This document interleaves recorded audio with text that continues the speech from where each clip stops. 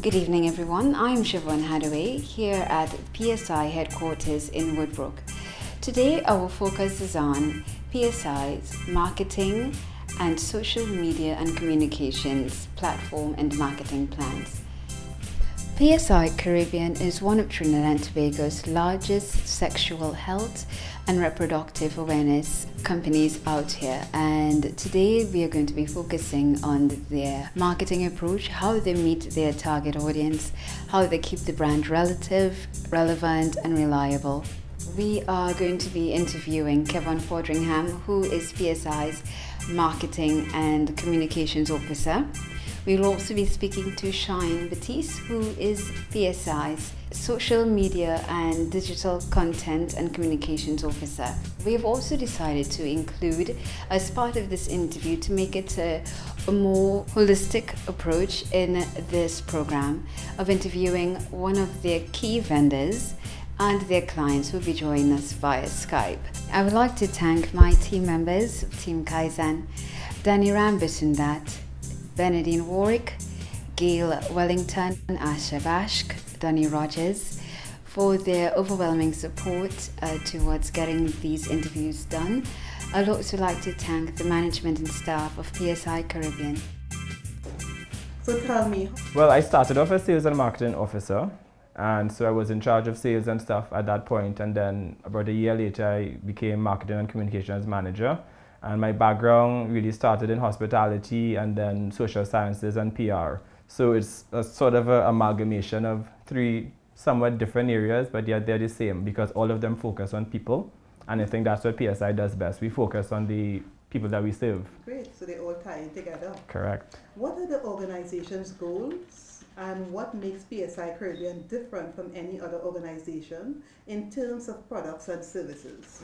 Okay, well, PSI's main goal is really to make it easier for people to live and lead healthier lives, and also to better plan for the families that they want, and in so doing take care of their families by we market products and services. So marketing affordable products and services to help people lead healthier lives. Healthier lives. Are there any new services that PSI Caribbean will be offering in the near future?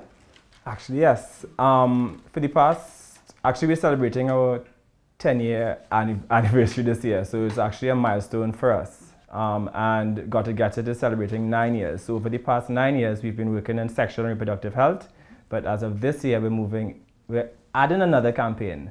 It's in gender-based violence prevention, and that's a really big concern locally, especially when you look at the news. There are a lot of issues around that, so we're jumping into that area. And also we're moving into non-communicable diseases as well, because that's the leading cause of death in this part of the world. So the diabetes and the heart disease and hypertension and stuff like that. Thank you. I see you are in about 12 Caribbean countries. Are the services or areas of focus the same in each country, or are they different? Okay, so let me talk about PSI in general. PSI Global, that's our parent body, operates in 65 countries around the world, and the Caribbean platform is just considered as one of the countries. Okay. Even though we operate in many countries in the region, it's one country platform because the Caribbean is small. So we're in 65 countries, and across the world, there are different health areas that PSI would focus on based on what is the burden of disease in that country. So in the African countries, it's HIV, malaria, and stuff like that. But in our region, it started off as HIV because that was the real burden of disease then. And the programs are really standard across the countries. Okay, excellent. How do you find new sources of funding? Well, lots of times funders, so the big agencies or the banks or the companies put out a tender. So they have their mandates for what health areas they need to focus on, and then PSI responds to that. Okay. So we would respond to the call if it's in line with our own mandates. Mm-hmm. So it's basically wherever the money is, we try to align ourselves to best respond to that. Okay, thank you. Are there any countries that seem more challenging to operate or provide services in? Well, in the 12 Caribbean countries that we focus on here, some countries are more difficult, again, because of the F word, funding. So Trinidad, Barbados, St. Kitts, the level of donor funding that these countries received It's almost zero now because we have been categorized as developed nation status. So the kind of work that we could do in some of the lesser developed countries will be a lot more than we could do, like say home, because we don't receive funding here as much. What are some of your non-monetary costs at PSI Caribbean? I wouldn't talk about our cost as an organization so much. I would talk about the non-monetary cost for our target group.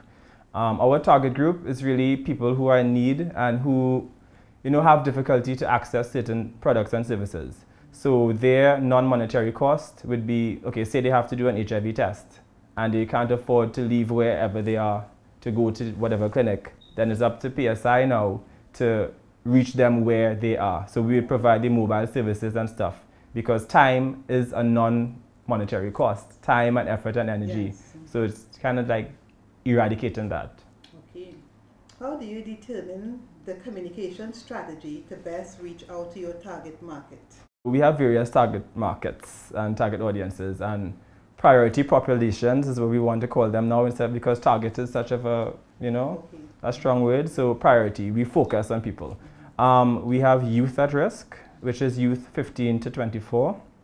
We have males at risk, that's men 25 to 49, females at risk, females 25 to 49, and we work with the military population as well, because people within this category, they are more at risk for STIs and all sorts of other health concerns. But we're moving towards now more working with youth. We're using a life course approach. Now a life course approach is like from birth to death. So we're seeing now that our interventions need to start with people when they're younger. Yes. And then we take it along the life course. Straight into primary schools. Exactly. What marketing platforms have you found most effective and why? That's an interesting question.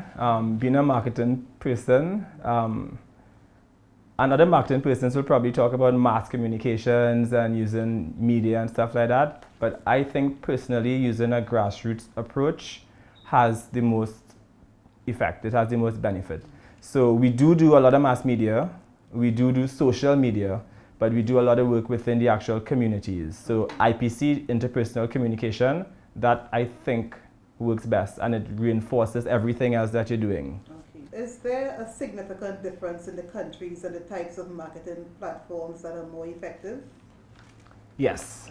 In some of the bigger countries, I should say, like Jamaica, Trinidad and Barbados, the audience is a lot more exposed to technology. So in terms of the mobile penetration, in terms of the number of people who have the access to the internet and stuff like that. So in the bigger places, the social media stuff will work more, the mass media things will work more.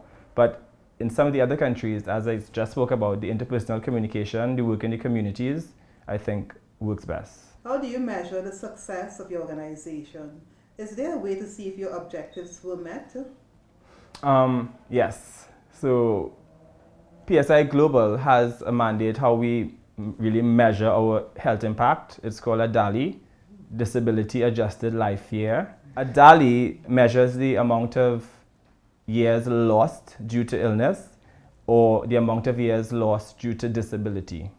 So every intervention that we have now will give added years of life. So every intervention, whether it's a condom or a contraceptive or using a malaria net or anything like that, gives the priority population member an extra year of life. So that's how we actually measure it. How often do you require to submit any reporting? That is mandated by the donor. So each donor is different and they would all have different reporting requirements. So some quarterly or some annually, so it's really up to whoever is funding the program. Okay. And we have to report to PSI Washington as well. How often do you communicate with your international affiliate? PSI Washington? Yes. Yeah. Actually, at any point in time, I would think is almost daily. Oh. With different, as we have different departments within the organization here, different people would reach out for technical support Okay. at any time. So it's almost daily, I would say. Workplace ethics and behavior are a crucial part of sustainability for an organization, as together they are aspects that can assist the company in its efforts to be profitable. Can you describe one of the tough ethical dilemmas you have faced as a manager? Well, in terms of workplace ethic, again, we are guided by a certain code of ethics that PSI has mandated across all 65 countries. And we are audited annually, and each platform, so PSI Caribbean is one of the 65 platforms, is actually rated. So it goes down, they will check stuff like timesheets on time, your trip reports on time, and all that kind of thing. So we are really held to task for maintaining ethics. But in terms of the program, so far the Got to Get It campaign has been our only program, and we're moving into other areas now, as I said. But in terms of that campaign, dealing with sexual and reproductive health is still a bit taboo. So in terms of ethics, I mean, we have to be careful about who we interact with and who we engage, especially the younger audiences, even though we want to engage them, but there may be ethical, barriers and stuff around that. So it's really managing that and still trying to get the message across, but doing it in an age-appropriate way. Of all the health improvement services offered by PSI, which captures the greatest market? So far in the past 9 years has been the Got to Get It campaign. And Got to Get It has gone through some transformations over the years. It started off as a condom awareness program and then moved into condom availability. So we have our branded shops, the supermarkets, the bars, the whatever has the Got to Get It logo, and it says that condoms are available there. And since then, we've moved into sexual and reproductive health more generally. So it's really, I think we've had a lot of impact in terms of access to condoms. So far across the region, we have 2,500 branded Got to Get It outlets. So that's the barber shops, the small mom and pop shops where condoms would not have been available before. And now they are. What types of advertising do you use to promote the health programs offered to citizens? Mass media. So we have done over 30 ads, TV ads, over the last 9 years. We don't do so much of newspaper advertising again because we focus on our target audience. So that's a lot of times the younger audience. So TV, radio, posters and handouts, and again, work in the field. So the community work is an important part of it. Which is more difficult, finding new partners or keeping the old ones? I would say finding new partners. Over the years, we've had some really good partners who have stayed for the 9-year period that we've had the Got to Get It program.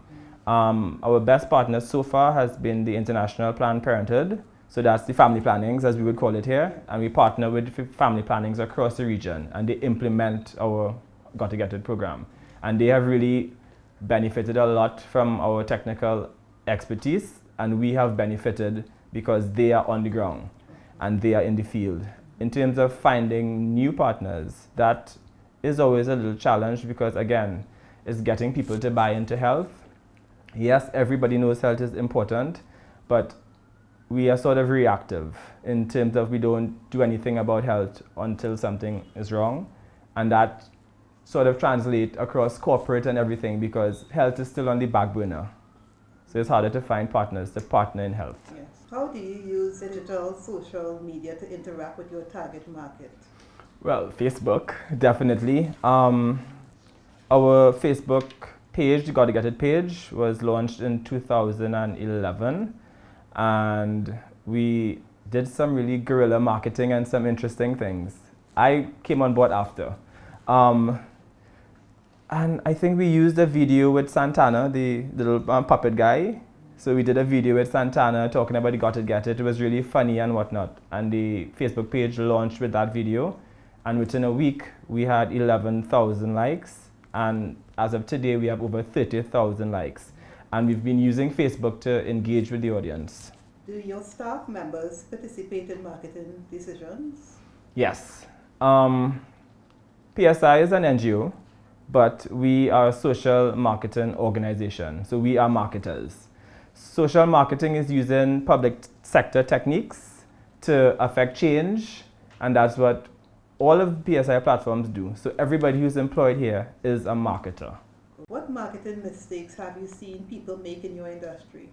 I think over the years, some NGOs and other entities who were trying to do social marketing probably did it, I wouldn't say wrong, but in a way that wasn't as effective. In terms of when you think past some of those PSA type things, don't do this and don't do that and you shouldn't smoke because, and I think that using those sort of scare tactics and telling somebody they shouldn't do something is not the most effective way to affect behavior change. So what we do is that we focus on behavior change communication and telling people, taking them along a path of saying why this may not be the right choice for you and equipping you with tools to help you change your behavior. Excellent. How do government regulations affect your marketing decisions? I don't think government regulations affect our marketing decisions that much because, again, we use private sector techniques, so it's really mainstream marketing. In terms of the community work and stuff like that, you may have to go through government agencies and whatnot to say if we wanted to get into a school or get into a certain program. So I don't say it affects us, but sometimes it would make the process a little longer if we have to go through all of those channels. Okay. One of the things that PSI has done is raised the quality level of sexual and reproductive health awareness, both here in Trinidad and Tobago and also regionally. But in doing so, you also have a lot of competitors doing the same thing. What is next for the company with the knowledge that other companies have caught up in terms of delivery of information to the public? In terms of competition, I wouldn't see anybody else as competition because every entity has a mandate to focus on different things. Whereas we focus on behavior change communication and we focus on growing the market for products that save lives. And whereas another entity may focus on adherence. So there are agencies who work with HIV positive people and who engage them and teach them how to stay on their medication, whereas we work on prevention and behavior change. So it's not really competition, it's just staying ahead of your game, basically. What do you think of when you are marketing safe sex products? Definitely, as I just mentioned, it's really about, for us, it's about prevention.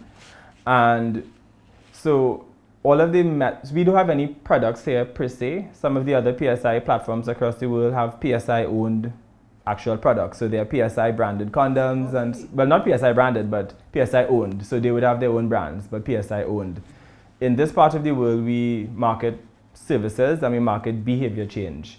So it's really about linking with our partners. So we work with family planning here and provide them with the tools and provide them with support to help them reach out to people to get HIV testing done or to get pap smears done or to get any type of screening.